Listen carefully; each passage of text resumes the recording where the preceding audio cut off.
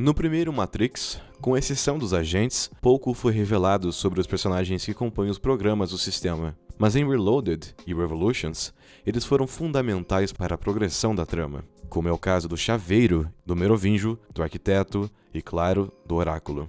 Falando nela, descobrimos que, além da óbvia relação de ela não ser humana e que a própria foi fundamental para o sucesso da Matrix, por adicionar o elemento da escolha para os seres humanos, mesmo quando essa não passava de uma mera ilusão. Porém, por ser um programa desenvolvido pelas máquinas e por via de regra determinada a um propósito específico, por que ela possuiu tantos maneirismos humanos, por assim dizer, como seu hábito recorrente de fumar em cenas em que aparece? Em mais um Pergunte a Matrix, vamos buscar a resposta para essa e outras perguntas, como o fato de o Oráculo e o Arquiteto espelharem a mesma coincidência quando um fala sobre o outro. E ainda, quem libertou Trinity e quais as possíveis origens da personagem antes de se tornar integrante da Nabucodonosor. Prepare-se. É hora de visitar a Toca do Coelho mais uma vez. E se você deseja conhecer mais sobre a saga Matrix e ter uma visão elegante sobre essa e outras obras do cinema, TV e da arte audiovisual como um todo, considere se inscrever no canal, curtir e compartilhar esse conteúdo, e ativar o sininho das notificações, para assim ficar informado sempre que lançarmos novos vídeos.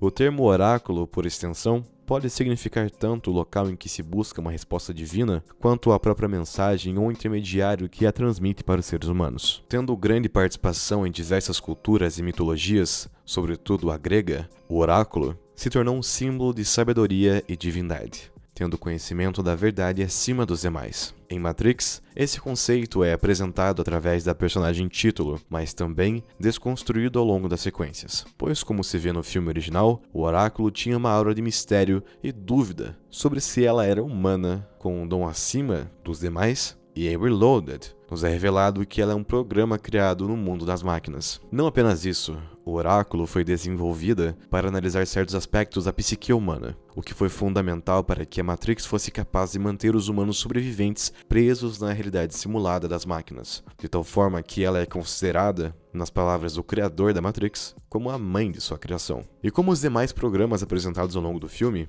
sua manifestação dentro da Matrix se dá através de uma forma humana e até mesmo comportamentos típicos da nossa espécie, algo que vemos claramente na família formada por Hanakandra, Kamala e a pequena Sati em Revolutions. No entanto, por mais que os programas apresentem traços humanos, eles não são totalmente equiparáveis a nós, sobretudo no que se refere à possibilidade de escolha e no caráter aleatório da vida humana. Vemos isso em personagens como Merovingio e o Chaveiro, com o primeiro adotando como verdade universal e imutável o conceito da causalidade, enquanto o segundo aguardava por Neo para cumprir o seu propósito e, diante da morte, se mostrava resignado e satisfeito com seu fim. Sendo assim, por que o programa como Oráculo se daria o trabalho de realizar condutas tão triviais como cozinhar biscoitos e principalmente fumar, visto que eles não estão necessariamente atrelados ao seu propósito original? Existem duas respostas plausíveis. A primeira é que comportamentos como esse tornaram o Oráculo mais próximo dos seres humanos, emulando atitudes e hábitos que esses poderiam se identificar mais facilmente. Dessa forma, seu discurso se torna mais eficiente perante aqueles que a procurassem, pois com comportamentos comuns e até mesmo acolhedores, como ela demonstra com a maioria dos personagens humanos, eles conseguem enxergá-la como um ser humano legítimo, ainda que dotado de um suposto dom sobrenatural, como o de profetizar o futuro.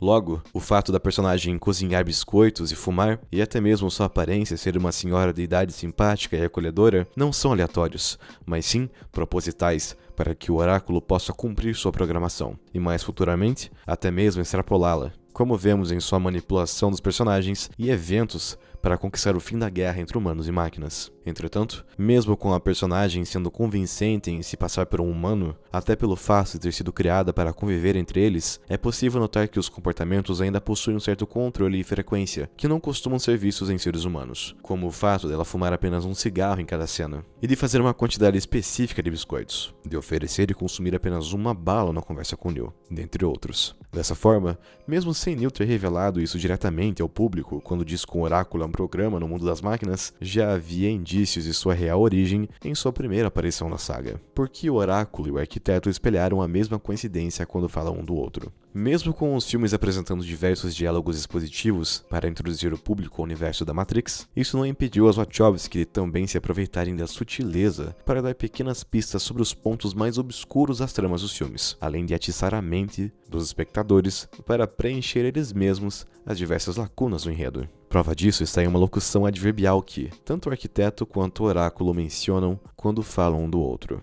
Por favor. No caso do primeiro, ele diz isso quando, ao falar da mãe da Matrix, Neo responde se tratar da Oráculo, o qual o Arquiteto responde com por favor, expressando o quão acurada era essa denominação baseada na figura profética da mitologia grega. Quanto à segunda, vemos em Revolutions que, quando Neo é resgatado e vai ao encontro do Oráculo para descobrir mais respostas, ele lhe diz que quando encontrou o Arquiteto, o próprio tinha lhe dito que se não chegasse até a fonte, Zion seria destruída. Ao ouvir isso, o Oráculo diz, por favor, com certo desprezo, e segue falando que, por mais que ela e Neo não sejam capazes de ver além das escolhas que não entende, o Arquiteto não consegue ver além de qualquer escolha que seja. Neo pergunta o porquê, e ela lhe diz que ele é incapaz, pois sua mente é pragmática. Tudo é uma equação com variáveis, das quais ele deve analisar e resolver para manter tudo em equilíbrio, enquanto que o Oráculo, pelas palavras dela, busca desequilibrar a equação. Dessa forma, vemos que a postura condescendente de um em relação ao outro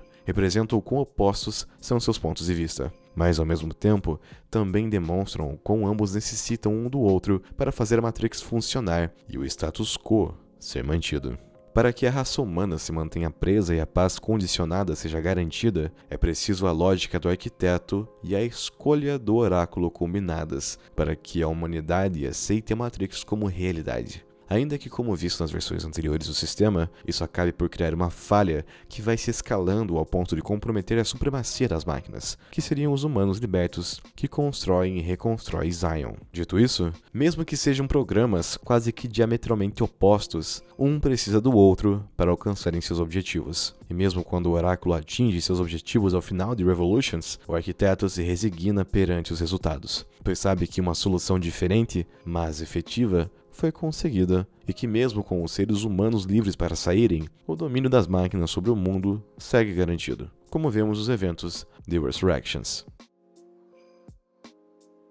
Mais do que o interesse amoroso do protagonista, Trinity, interpretada pela atriz Carrie-Anne Moss, não só foi fundamental para o desenrolar dos eventos ao longo da saga, como também entrou no hall das melhores personagens femininas da história do cinema, ao lado de figuras icônicas como Ripley e Sarah Connor. De temperamento forte, mas também acolhedor, leal à sua causa e disposta a lutar por ela e por aqueles com quem se importa, Trinity conseguiu grandes feitos por si só. Auxiliou Neo em sua jornada para conseguir uma trégua entre os homens e as máquinas, e até mesmo compartilhou sua condição como escolhido ao final de Matrix Resurrections. No entanto, como boa parte dos personagens apresentados na saga, sabemos muito pouco sobre suas origens, sua vida antes de descobrir sobre a Matrix, quem de fato a libertou, ou qual mesmo era seu nome verdadeiro antes de assumir a alcunha de Trinity. Embora essas informações não sejam expressamente reveladas ao longo dos filmes, é possível chegar em possibilidades plausíveis. Na primeira interação entre Neo e Trinity, o primeiro diz saber sobre sua fama como a hacker que conseguiu invadir o Pentágono,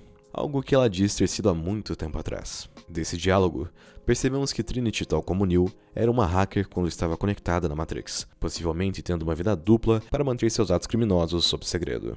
A personagem ainda diz que sabe o que Neo busca, por que ele não dorme e por que ele passa tanto tempo na frente do computador, buscando por respostas sobre o que é a Matrix. Essa fala reforça a ideia que Trinity tinha uma vida semelhante à de Neo, e que, assim como ele, buscava respostas, e essa identificação pode ter sido um elemento chave para criar essa conexão com o protagonista, que se identificou ainda mais após a previsão do Oráculo, de que se apaixonaria pelo escolhido. Além disso, o fato de Trinity partilhar essa mesma busca pela verdade pode ter sido o fator determinante para ela ser descoberta por um membro da Resistência, que muito provavelmente foi o próprio Morpheus. Vendo o potencial de Trinity, ele lhe revelou toda a verdade e a recrutou para sua nave e desde então se tornou a segunda em comando, fazendo as missões perigosas devido à sua inteligência e proeza física, como visto já na primeira cena de Matrix de 99. Por fim, vemos que em Resurrections, a personagem foi ressuscitada pelas máquinas, juntamente com Neo, pois como foi descoberto pelo analista,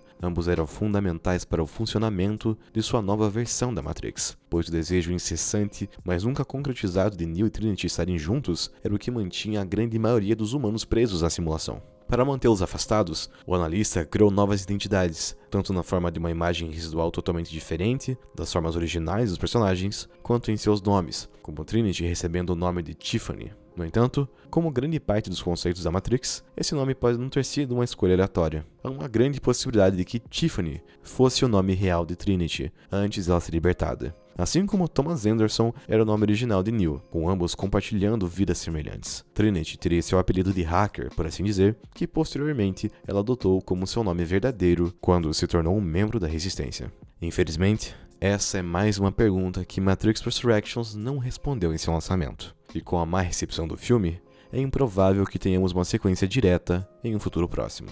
Mesmo assim, Trinity continua sendo uma das personagens mais importantes da saga, e seus atos continuam sendo mais importantes do que seu passado.